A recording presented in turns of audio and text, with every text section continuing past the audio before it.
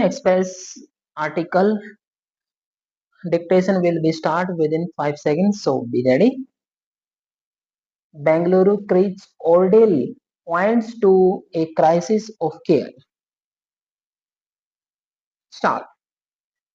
For most working parents, leaving a toddler at a daycare is as much an act of necessity as a leap of faith that the vigilance and kindness of well meaning strangers will stand in for a parent's own presence for those hours.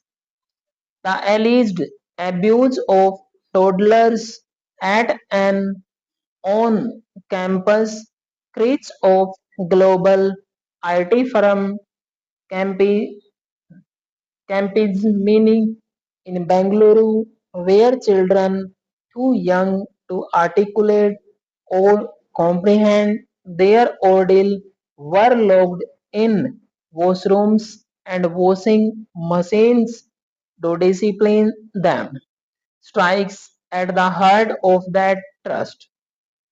The incident raises disturbing questions about a sector that has come up in response to changing family structures and rising workforce participation of women, but still lacks commensurate oversight mechanisms. Reliable childcare is crucial to women's participation in the labor market. A Dulles UNDP study published earlier this year found that India's public childcare system currently meets only around 5% of urban demand, while private alternatives are largely unaffordable for low income families. An estimated 6 to 7 million urban women need creche access, a figure projected to reach 23 million by 2047. The Maternity Benefit Amendment Act 2017 requires establishments with 50 or more employees to provide creche facilities, but it covers only a fraction of India's workforce and leaves the unorganized sector entirely out of its ambit. While the female labor force participation rate has risen to 41.7% in 2023-24, it is driven by rural, often unpaid or distress-led self-employment. Urban female participation has stayed stubbornly in the mid to high 20s.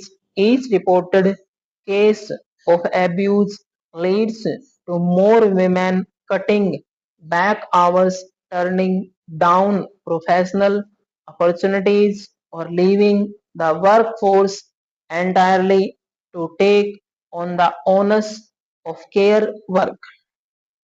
While the investigation in Bengaluru must run its course, justice after the fact cannot substitute prevention. That task begins with recognizing childcare as essential social economic infrastructure rather than a discretionary employment perk. At present, daycare centers are governed by an uneven web of state rules, municipal bylaws, and local licensing norms with little uniformity in standards and even less consistency in enforcement.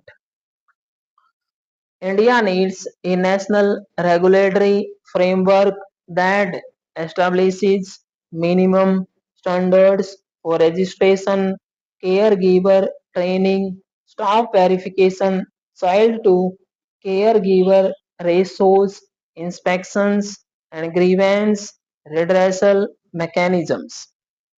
Regulation must also be matched by sustained public investment to expand access to quality childcare that safety is right, not a privilege. Stop.